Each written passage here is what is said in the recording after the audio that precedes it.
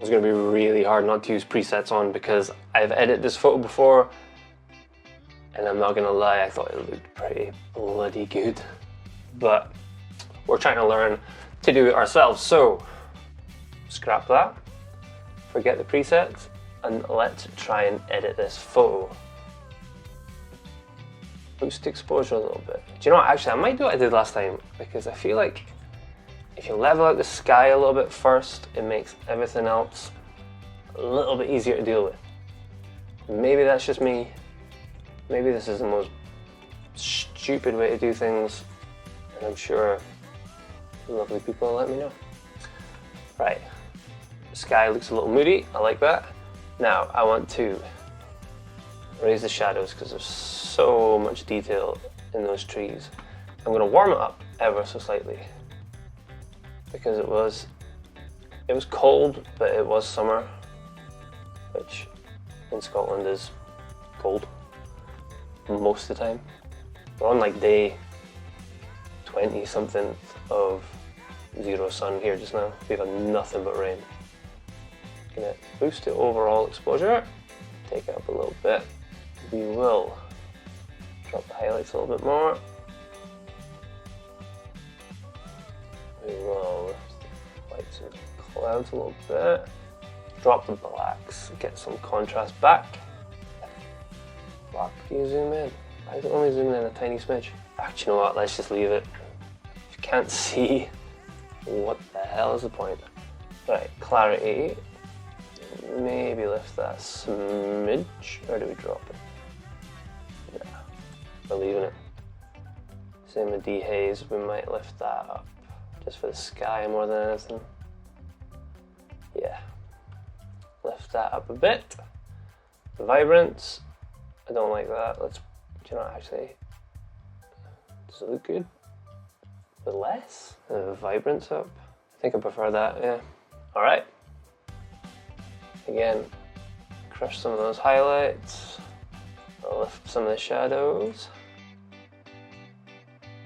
Midpoint's not too bad, I quite like it, but I'll boost it a little bit.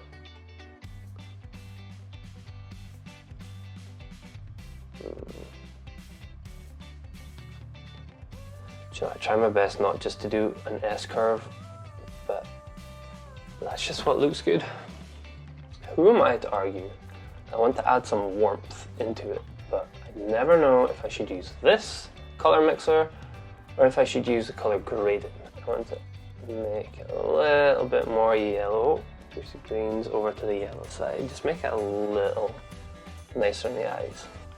I want to pull some of the green saturation out. What happens if I do this? Pretty much nothing.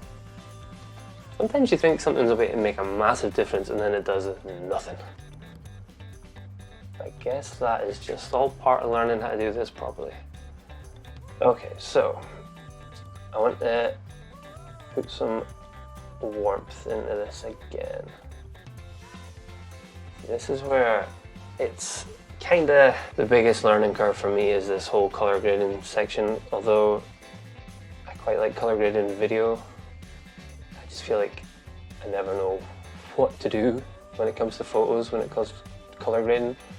That's why presets are good, when you can just slap something on, it does the bulk of the color shift itself, and then you just manipulate things and get them how you want them.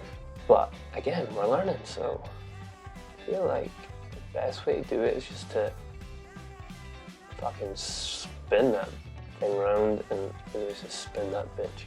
You can't say that on YouTube, kids. Yeah, I feel like there's something in this red purpley zone.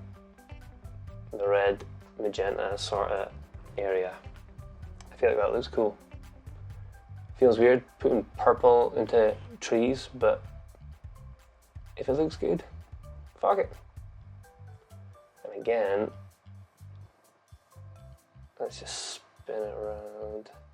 This is affecting the sky, so maybe some blue, aqua sort of vibe. A little bit of blue in the sky. Not as much as that. But, do you know what, is that pretty cool? I feel like I like that. So my battery just died, but I don't want to do any more to this anyway. I feel like this image doesn't need any masks. It's pretty much the whole photo is what you want to be looking at. I might have removed these cars down the bottom right if I was being picky or selling it as a print or something, but I'm not. I'm just learning how to color grade without presets. So I'll put this picture on my Instagram as it is just now for the last time, before and after. Now, I don't care what you guys say. That looks pretty bloody good to me. I think I'm getting the hang of this already. Who needs presets? Till next time, keep making cool shit.